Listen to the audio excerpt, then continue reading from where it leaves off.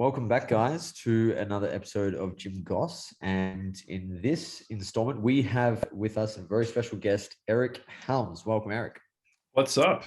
And as usual, we have Sam and Jackson, and we're going to talk to Eric about a number of things, but in particular, a topic that I discussed with him nearly 4 years ago on YouTube, which is our second most popular video with Mike Israetel, and that is on the topic of periodization for hypertrophy. And Eric recently did a follow-up video on this topic in the most recent issue of Mass. I think it was volume 6, issue 6. There's a lot of six. Volume 6. It is June, six. issue 6. Yes. Yeah. Lucky I just read it recently.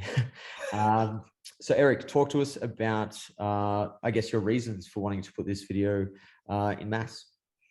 Yeah, actually, it was motivated by the fact that the research has been, slowly accumulating in this area. Like when we had that video, I think that the topic is still highly speculative.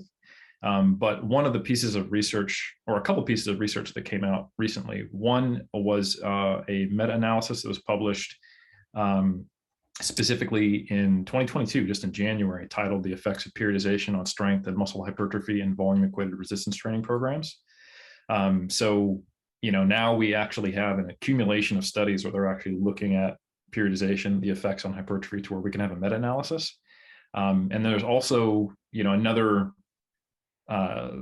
element of periodization, if you will, especially for hypertrophy, that's talked about a lot, is variation in exercise selection. And there was a recently, I think by Cassiano and colleagues, there was a systematic review on this.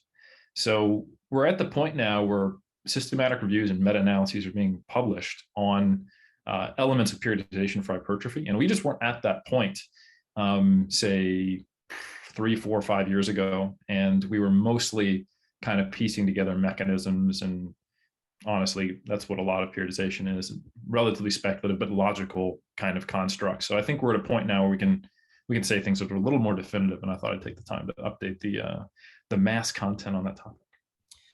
Awesome. And in terms of what periodization is, because I still think a lot of people are unclear as to what it actually means. They often think that periodization is simply like DUP, linear, non-linear, and they go to the, I guess, colloquial terms we often use to discuss periodization. But I remember from the episode we did in 4 years ago, so 2018, you mentioned the definition by Buford et al. 2007, which I really like, and I think that encapsulates most of what we're trying to, I guess, look at when it comes to periodization. So do you want to share with listeners what that is? Absolutely. And I like that you trust me enough just to know the quote off the top of my head. And I might, or maybe I have it in front of me. You'll just have to guess. You definitely do. I've heard you on just about every podcast. Well, I should say that the Buford definition, first, the definition is the planned manipulation of training variables to maximize training adaptations and prevent the onset of overtraining. So that definition is quite broad, and that's actually why I like it. It's like changing training to make progress and to not, overtrain. It's hard to kind of argue with that as a definition, although I think there are some valid arguments. But just importantly, this is not necessarily a consensus definition. This isn't in like a systematic review or position stand from NSCA or anything like that. It is just a definition I like. So that's at the very top of the evidence hierarchy, things that Eric Helms likes. And the reason why I like it is because I think it has utility, and it allows us to talk about periodization in a way that is more accessible to get to your point, to have people often get caught in jargon. Awesome. And if there was, I guess, a definition that the literature should have, if there were to be one, what would that look like? Because I think that would be really useful to sort of help clear up a lot of these issues and misunderstandings that people have. Yeah. So like if you sat down with Mike Stone or someone like that who, dedicated their life to studying periodization, they would probably not sign off on Buford being the consensus definition. And I think a big part of that is that if we go back to where periodization came from, we're talking literally the 50s and 60s, Matveyev, it is for sports performance, right? And inherent in the word periodization is the word period. So you get this idea that you have these different phases of training, or periods, if you will, that are dedicated to different things, and they are supposed to summate together in a logical order that should maximize the performance for the given sport that we're talking about. And that's why you have these debates among periodization theorists as to whether we should have a linear approach, a linear with undulating patterns, a block periodized approach, or if it should be more individualized based on the competition schedule of the sport. Do you need an annual plan, macrocycle, mesocycle, microcycle, the whole 9 yards? And I'm not sure that periodization definition, where we need to have that time component, phasic, summated kind of approach, would be the definition that we'd use if it had started, or if there had been a definition for hypertrophy specifically. So I think this is a really important point, is that hypertrophy, if we were to kind of conceptualize it, is one of the many components which can impact other adaptations. This is structural adaptation. So being larger, having greater cross-sectional area, is a combination of having just simply more contractile tissue and also more non-contractile tissue. And there's plausible reasons why it could help performance in a bunch of different ways. Strength is the most obvious. And if you were to train for strength, you're probably going to have some phases of periodization where you train for hypertrophy to have more of the raw contractile tissue. But now if we think about it, where traditionally, if hypertrophy is a phase or an element or a day or a focus, depending on the model of your periodization plan, if we get rid of that and we go, the only goal is hypertrophy, it forces you to think about things a little differently. Now it is probably on larger, big picture concepts like managing fatigue, preventing burnout, preventing injury, and ensuring what kind of speculative stuff we have on what might be complementary from a hypertrophy perspective. And we're not going to have necessarily things like a aerobic building phase or a power phase or a muscular endurance phase, at least not in a traditional sense, if we get away from performance. So I think what I would say is it's warranted to step away from what might be the consensus definition of periodization, which, just so people know it, I think if you were to define periodization based upon, say, a meta-analysis comparing non-periodized versus periodized programs, a required element is that there are variables that change beyond just progressive overload from microcycle to microcycle or mesocycle to mesocycle. So what I mean by that is when you take a look at many of the different meta-analyses on periodized versus non-periodized programs, the non-periodized program might be every day we're doing 8 to 12 RM on our exercises and the same number of sets. And that doesn't change for the whole 8 to 12 week period. So what does happen though is they're training to an 8 to 12 RM, so to volitional failure. And then if the load they're using allows them to get more than 12 reps, they increase load. So it has built-in progression, if you will, but it doesn't change the variables, therefore, quote unquote, not periodized by that definition, because there's no periods of changing variables except for just, to meet the load progression. So that time element from what you're saying there is really only important, or is more important when the outcome is performance-based versus where it's just an adaptation-based outcome. In the context of hypertrophy, we're training, we get the outcome we're looking for is just an adaptation. It's not performance-based, so therefore the time element isn't as important. Is that correct? I would say that I guess all I'm saying is that we might have not had a defining characteristic of periodization be that you had highly distinct phases. If it started with a bodybuilder in 1970 going, you know what, let's think about how we periodize for hypertrophy. And I would think once we start digging into the data, some of this is backward reasoning, you'll see that I'm not entirely convinced that we need to follow traditional periodization models to get at the elements of periodization that might enhance hypertrophy. Does that make sense? Yeah, gotcha. Okay, cool. Gotcha.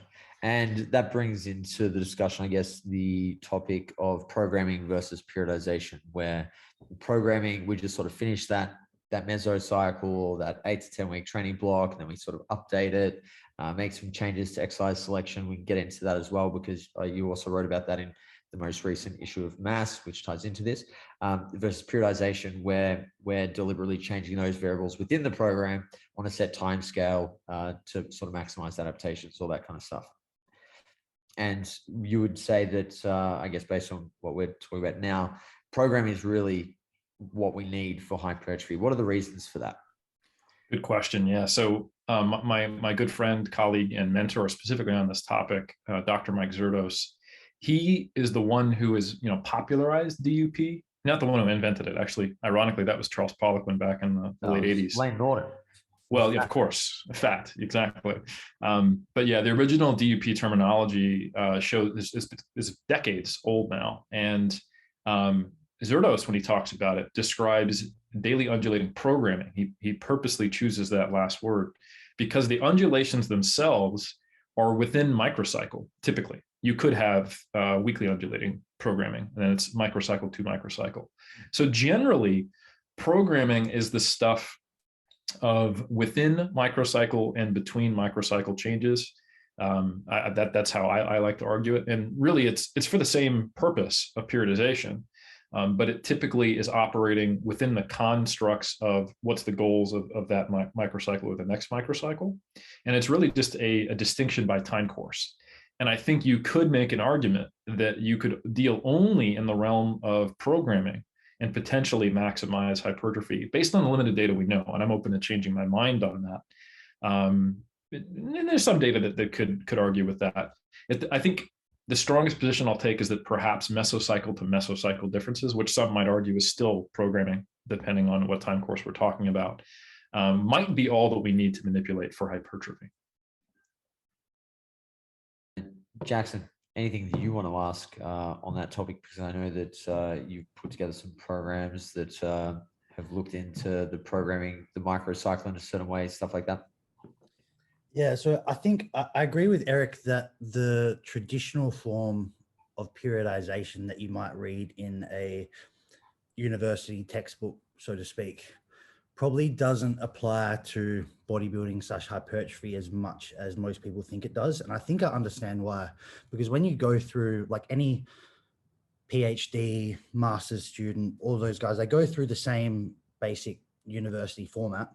And when we're introduced to periodization and it's described in the context of sports performance. Generally, it's not really explained in the context of bodybuilders.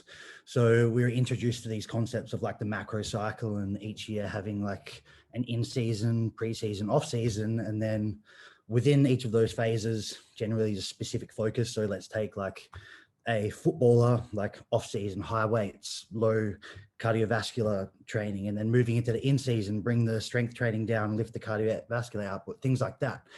And then I think what a lot of people who have gone through the university system is we've tried to take that rationale and then apply it to bodybuilding, but I don't think it's a one-to-one sort of application in that sense. So yeah, I definitely relate to a lot of the things that Eric was saying there. And I think the reason is, like I said, is the people who have the voice in this industry generally, they've gone through the university system, and they're trying to apply a concept to a demographic that we weren't specifically taught about.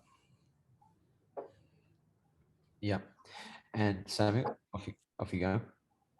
I just had another one. Like, obviously, we talk about, periodizing training. Eric, I guess a question for you is like, how important do you think it is to periodize training for individuals who are really early in their training careers and potentially only training, 2 or 3 days a week? Like, we know that a lot of those individuals, we spoke about this, on the last time we all sat down and did the Gym Goss. They don't necessarily train. They don't train so hard that, overtraining is really in the realm of possibility, right? Because they might have 2-3 days between the next training session. So I guess, what are your thoughts there? How do you think, what does, the literature say? What do you think in terms of applying periodization to people who are training just less? Yeah, I think if we think about that Buford definition, it's like, it's not perfect for hypertrophy either, but it's useful, because the overtraining syndrome specifically that's really hard to actually get that. And by the time you would actually reach overtraining syndrome for someone who's lifting weights, the wheels would have fallen off in many other ways. You'd probably get an overuse injury that wouldn't be classified overtraining syndrome, or you just have completely unproductive, non-functional overreaching, debilitating DOMs, but technically not, overtraining syndrome. You would be stagnant and not making progress, but you probably wouldn't regress. And I think we've all experienced those as trainers, those clients who are overdoing it and not making progress, and you pull them back a little bit and they do progress, or done that ourselves through various phases. And then more generally, if we're not talking about people training that hard who are in that overreaching position, like the old adage of, if you've been training fine without a deload, it probably means you're not training hard enough. I think there's some truth to that. Most people are not looking to go from, 80% of the effectiveness and gains they can get to 100%. It's not the bottleneck for most people who go to the gym who aren't serious athletes. They're looking to maximize efficiency. How do I get the most out of my 3 training sessions that I do per week with my trainer or something like that? And the reality is, when you're training 4 hours a week, that's a lot of recovery time, So I think that describes most people who lift weights who aren't athletes. And the occasional time off you get from having to take a vacation is probably sufficient, So I think most people, periodization, I think really should be considered explicitly for the realm of competitive athletes, or people. I would say a physique athlete counts as that, and not even necessarily a competitive physique athlete. If we want to, I don't think bodybuilding is a sport, but I think physique competitors are athletes. I'm allowed to say that. I'm one of them.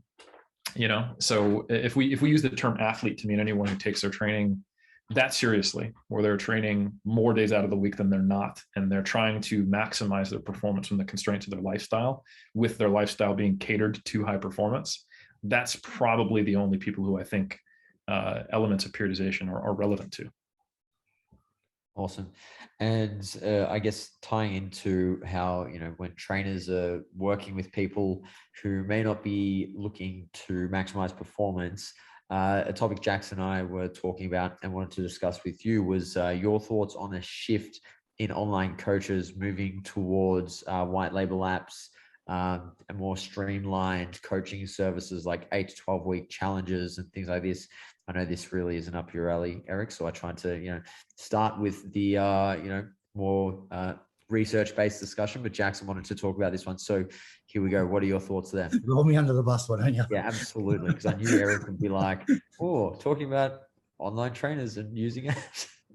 I mean, honestly, I don't know that I have a good knowledge of the limitations of these types of approaches to really speak to them. But I think generally, most trainers can simply get by with bigger picture principles, like the principle of overload, the principle of variation, more from a motor learning perspective than just randomly changing things up, and chasing adherence and what are the clients interested in.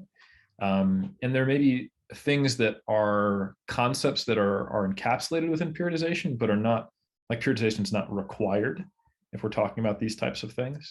If you're thinking about fatigue and fitness, just you're probably good, and you can manage that dynamic with elements of periodization, and periodization is designed to do that on a larger scale.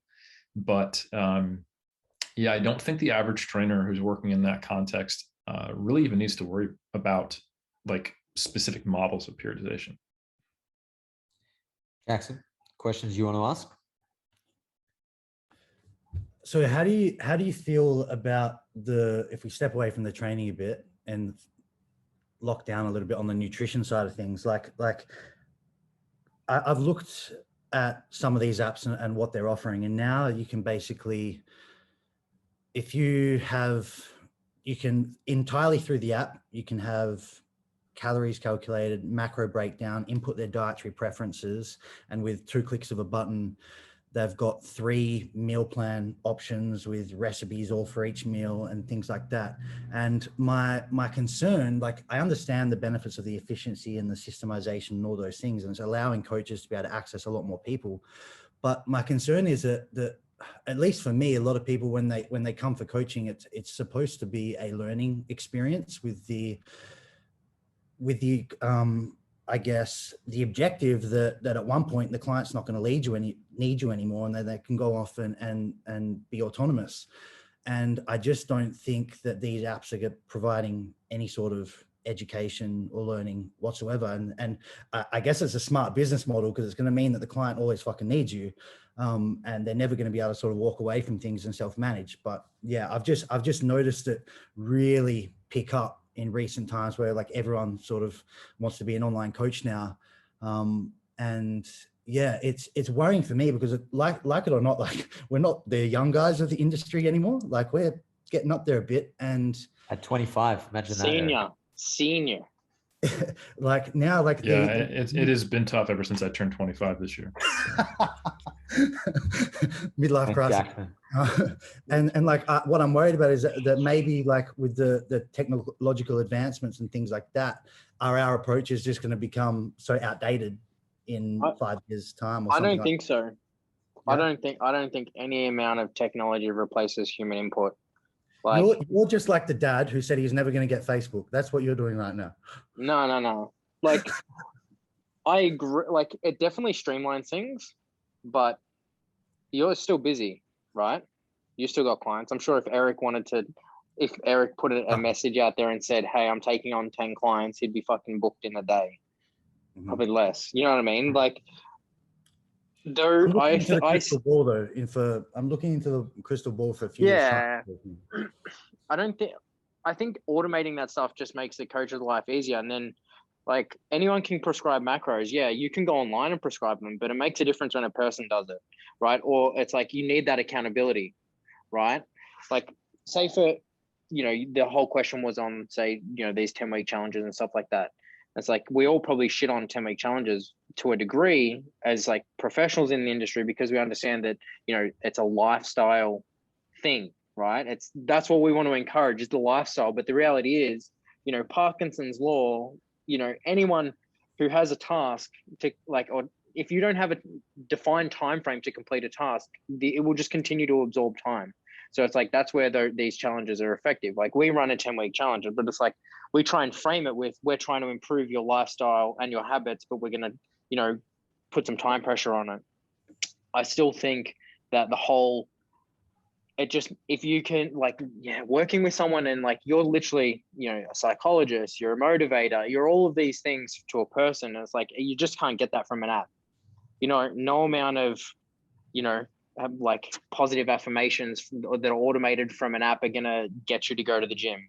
People encourage you to go to the gym, like, going to the gym and knowing that you've got a coach, knowing that there's other people who train at a similar time, and they're going to be like, oh, where's this person been? They message you and say, hey, where are you? An app's not going to do that. Maybe not for a while anyway. I don't think we'll become redundant, because I think if more people wanted to do that, they would. You could go and do it now.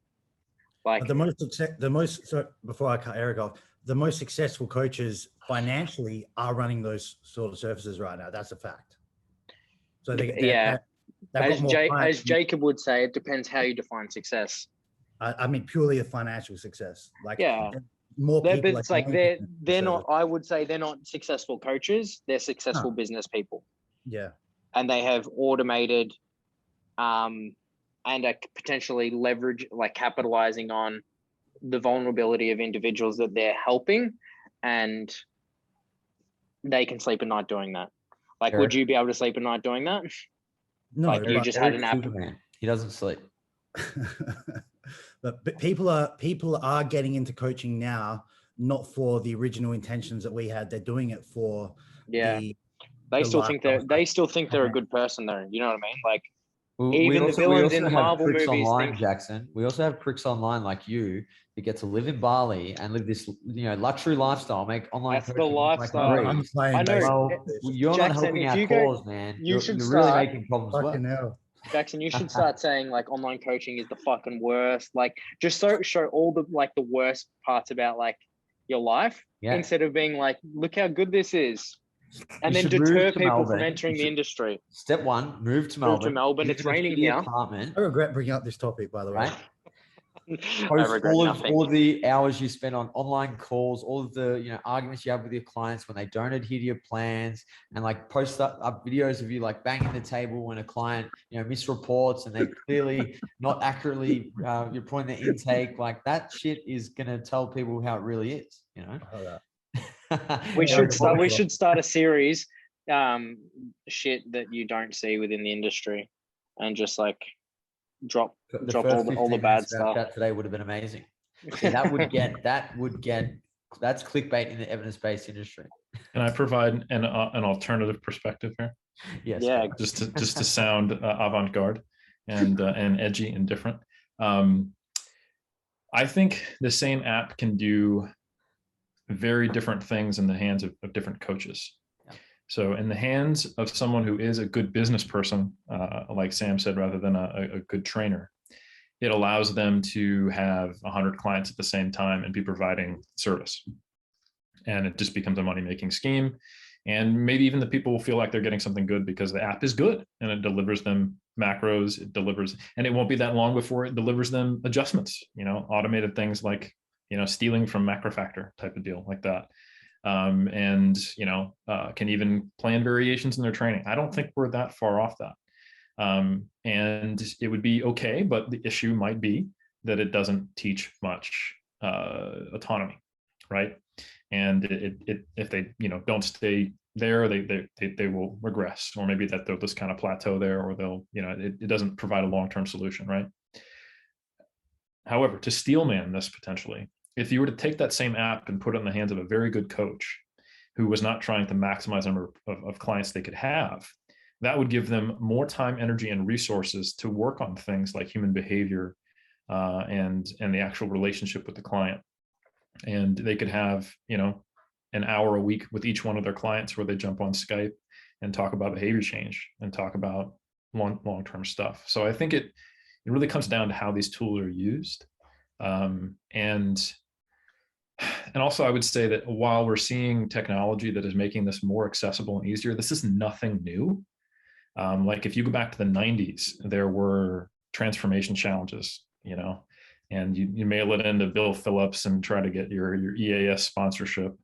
And the equivalent to what we're talking about now of kind of giving someone a tool that seems to make it easier and gives them automatic help, but doesn't teach them as much, would be your meal plans, which have been around forever, rather than going, hey, you know what we're going to do for our first session? You and me are going to go to the grocery store and I'm going to teach you about nutrition labels and we're going to talk about cooking skills and things like that. You don't even need to cook your meals now. You've got pre-packaged meals. Like this automation sort of extends so far beyond the technology in our hands. It's everywhere, making the process easier, because I guess fundamentally people don't want to have to think about it and learn.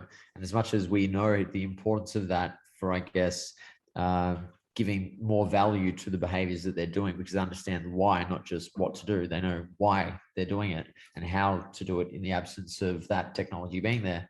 I think people just have a preference for the easy route when it comes to this stuff because they've got other shit to do in life. I also don't think that necessarily lowers or increases the likelihood much that we're going to see a long-term behavior change, because it is the people who have had a shift in their perspective, their self-identity. They've moved up the rung of the stages of change to the point where they are willing to make a lifestyle change. And I think, so you almost fundamentally have to be the person who does want to learn to then learn how to live a new lifestyle, to then be someone who gets long-term results. So by lowering the barrier of entry to start making these changes, it might smooth that process a little bit and just, unload your mental RAM if you're a busy person. But then all we've done is really kind of lowered the barrier of entry for yuppies, basically, and which is fine. Everyone should live happy lives. And I'm not against people, with money using it for their health. But I guess what I'm saying is that unless there is that piece where the trainer is trying to use motivational interviewing-esque techniques and help the person have a better understanding of what their barriers are and help them to move forward, there's really no negotiating that, in my opinion, of getting them to then see long-term change. So I think that somewhat sits adjacent to whether or not one of these apps is used. And you can have gyms like you guys who do a transformation challenge, but for those 10 weeks, you're teaching them all about how do we think about the maintenance phase, the recovery period, or depending on how lean they get or whatever, and how do we turn this into lifestyle change. Or you can have the people who are like, here's your 12-week package, and I'm going to spend all my time and energy trying to sign up someone else for that 12-week package. So yeah, I think that's just a really good point. Basically, it's just a tool that's getting better over time, and hopefully allows coaches to better invest their time in other ways to help the client, instead of allowing them to just sit back and, you know, live in Bali. I like that one, Jackson.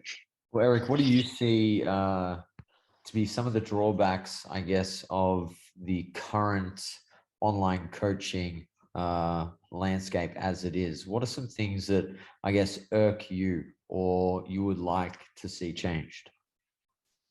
Yeah, you know, the transformations, I think the problem that I have is more so the disconnect between the marketing that seems to be what people think is, and this is probably on both sides of the equation, the people selling coaching and the people buying it, right? The marketing, which seems to be attracting clients, and that might drive up your likelihood of getting people on board, and the actual approach and the values of the coach. I think even like generally you'll see, let's talk about the quote unquote team good guys and gals, you know, who are doing things right. Generally, they take one of two approaches. They try to be authentic and they're just them, but they're active on social media.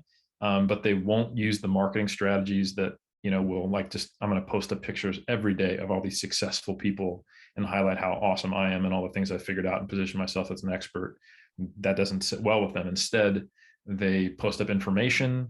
They give utility. You know, they're sharing things that are helpful, and they're active, and they're a little more quote unquote authentic online, and hoping that drives, you know, people to their coaching. And there's no real disconnect there. You're going to understand the person you're working with and probably what their values are and all that stuff. And then the other approach is, you know what, I'm going to take some of the tools that is used by the dark side, but I'm going to use them for good. And I'm going to use marketing strategies, clickbaits, you know, transformations, et cetera. And I'm going to do it in the least sleazy way possible, but I'm going to do it to get people in the door, and then I'm going to provide them very good services. And I think that second one, I understand the mindset, and it works when you're not working with people. I think you can definitely do that when you are selling products or information from a evidence-based perspective. Like, one of the biggest things I've learned from collaborating with like Stronger by Science and Greg and really Lindsay, who's I think a marketing genius, is how do the people who sell, like who get clickbait bullshit articles and videos out there and get millions of followers, but it's all terrible information. It's much easier to do that with good information. And you just have to have certain lines you don't cross. Like, you don't want to false promise things or mislabel something so they get there and they're like, this isn't on that, you know. But that's a really effective way, which I think has improved the penetration into the market of good information. The problem, though, when you're doing that for a service rather than a product, is that it has different values than what we're talking about from a coaching perspective.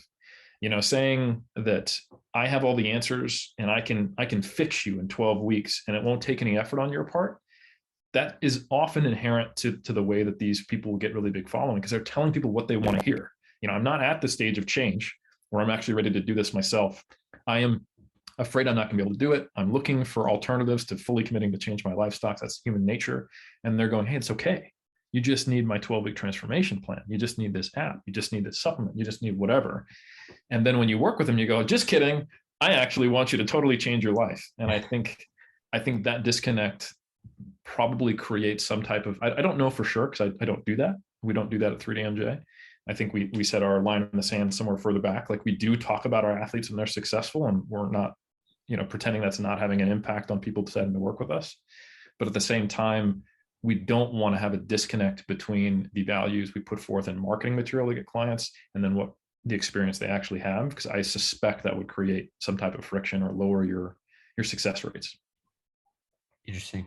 I agree with all that. And I think, yeah, that everybody has transformation photos, but it's about how you frame them in the eyes of the consumer who doesn't know the ins and outs of what's going on. If it's filled with the false promises that it was easy, that, you know, they just, you know, avoided these certain foods or took this supplement, when that's not true. There's actually a lot of hard work, a lot of change that has occurred. That's a huge problem. That's just duping the client, you know, plain and simple. But if you do put up transformation photos or progress photos, whatever the case is, and you highlight, you know, the effort that has gone into that, the true changes that have to be made, I think that's, it probably doesn't have the effect that most trainers want. Because when somebody says, oh, this person only lost 5 kilos in 6 months, you know, they completely changed their lifestyle, you know, accepted, you know, realistic rates of fat loss, all this kind of stuff. People don't want to hear that. That's not really good marketing, you know, like for a transformation, in my opinion. Anyway, Jackson, you were going to say something there? Yeah, I think just as Eric was speaking there, it got me thinking about, which is related, the explosion of Reels and TikToks. And like, there's been a lot of people in the fitness industry that have blown up recently with 60-second outrageous, alarming type messages within fitness. And they're rewarded with virality and followers and views and things like that. And then when I saw this happening, I was like, this is bullshit in a sense, because they're not really putting across much information that can help people, but they're getting rewarded for it. And I was sort of quite resistant to Reels at the start, because I was like, gee, like, think about it this way. What have we covered? 3 topics, and it's taken us an hour to talk about them. Whereas like now we're saying, okay, get across a packet of information in less than 60 seconds that can help people. And all of us here consider ourselves like education providers in some sense. It's really hard to provide good value in 60 seconds, but you're sort of put in this position to basically like get on the train or get left behind. So it's like like I've started putting out Reels, and like it does feel a little bit clickbaity, or like I'm sort of towing the line on what's ethical or something. But it's like, if you don't do that, then you won't have the following to be able to put any information out anyway. So it's sort of like this dilemma that I've sort of just been in recently. I'm not sure if you guys have been shared something similar.